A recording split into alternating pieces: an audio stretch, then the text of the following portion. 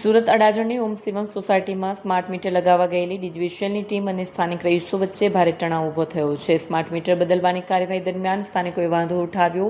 રહીશોનું કહેવું છે કે કંપનીએ કોઈ પૂર્વ સૂચના અથવા સંમતિ વિના જૂના મીટરના સીલ તોડી નાખ્યા। આ અંગે શંકા પ્રશ્નો ઉઠાવતા જ વાતાવરણ તંગ થઈ ગયું। વિવાદ દરમિયાન એક મહિલાની ઈજા થઈ હોવાનો દાવો કરવામાં આવ્યો છે।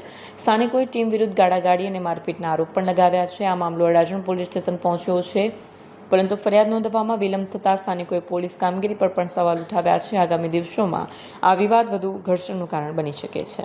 મારું નામ મીનાક્ષીબેન છોટુભાઈ સોલંકી, મારી ઉંમર છે 52 વર્ષ અને મારું રહેવાનું છે અડાજણ ઓમ શિવમ કોઓપરેટિવ હાઉસિંગ સોસાયટી।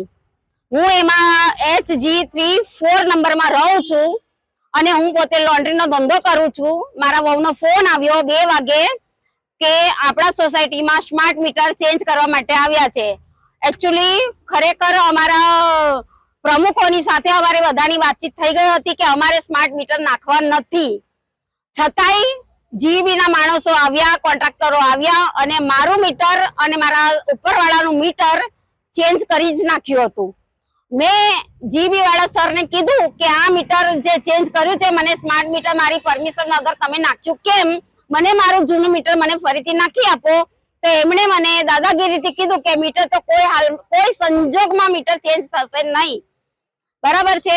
અને અમારું નહીં માન્યું, સોસાયટીની લેડીઝો સાથે ગમે તેમ અભદ્ર વર્તન કર્યું અને ગમે તેમ લેડીઝોના સાથે વાતો કરી અને ધક્કામુક્કી કરી, ઝાપટ મારી છે। એક બેનને હાથમાં ફ્રેક્ચર થયું છે। આટલું બધું થયા છતાં પણ જીબીના માણસો અમારા ઉપર હસે છે અને ગમે તેમ ગાળો બોલે છે।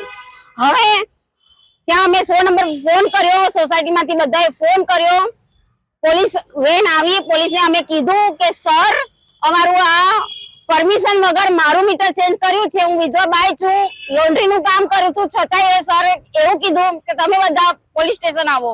અમે પોલીસ સ્ટેશન આવ્યા છીએ અત્યારે પોલીસ સ્ટેશન ઉપર। હવે અમારી ફરિયાદ કોઈ લેતું નથી।